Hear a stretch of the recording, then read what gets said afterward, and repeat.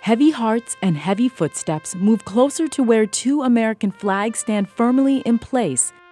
It's a moment of solidarity as a light rain falls over their fallen soldier. My dad was a lieutenant colonel in the Army National Guard, and he decided to go to Afghanistan to serve. He was supposed to be there for 6 months in a non-combat zone, and he wanted to go there because he was a very patriotic person and soldier, and he felt like this was what he needed to do with his career, and this is something he'd always dreamed about, you know, going and serving his country and doing the best that he could and making a difference in the world. My brother was an effective leader of a different cloth.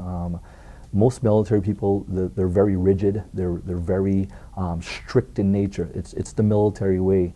And my brother happened to be a very compassionate leader and was a very effective leader with that style, which is very uncommon. You don't see that very often. For almost 20 years, his passion for people greatly defined his career as a military man.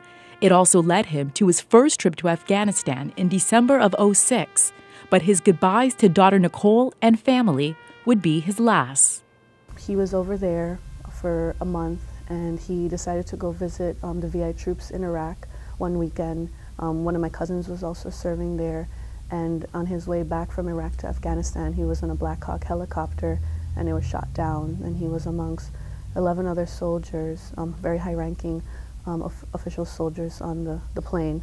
It was tough. It was definitely tough. We have a very close-knit family. We're there to support each other, but just an enfilade of emotions that just, you know, was striking from every angle. You know, fear, sadness, anger. It was hard to deal with at that point. It really was. A U.S. Black Hawk helicopter went down in Baghdad on January 20th, 2007. 12 high-ranking officials lost their lives, including 2 Virgin Islanders, First Class Floyd Lake and Lieutenant Colonel David Canegata. I feel like there's always going to be a void because, you know, I only had one father, and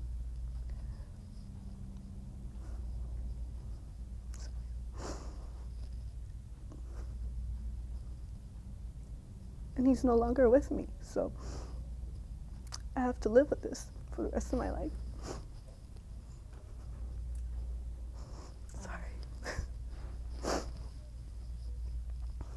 The man who ignited the war on terror was killed on May 2nd, 2011. There was celebration in the death of Osama bin Laden, as well as mixed reactions. I guess, you know, I just have felt really mixed emotions about the whole thing, and I really can't celebrate, you know, the fact that he, you know, I can't really celebrate his death, but I am happy that I know that my dad didn't die in vain, and there is closure and there is relief and a sense of justice for those who have lost their lives and paid the price for us to be free and, you know, live in this country and feel secure. Osama bin Laden's death doesn't heal the wound nor heartache of losing a loved one, a father. A longing for him and peace is what remains each day and remembered each Memorial Day. I don't want any more lives to be taken and families having to suffer and be left behind, because it's not easy, especially, you know, I never thought about all of this before my dad died, and, you know, and I know there's a lot of soldiers and families, you know, that have gone through this. So it's just, you know, I personally wish that the war would be over and that there would be a more peaceful world. Pride for Lieutenant Colonel Canegata comes in the shape of a Purple Heart, a Bronze Star, a military pin fastened in a military green jacket. And in this conference room that's dedicated to him, his contributions and memories will live forever. We bring him up constantly, so he lives in our memories. You know, there, like I said, there were a lot more happy moments than that one sad moment in history. Obviously, Memorial Day brings up a lot of those memories.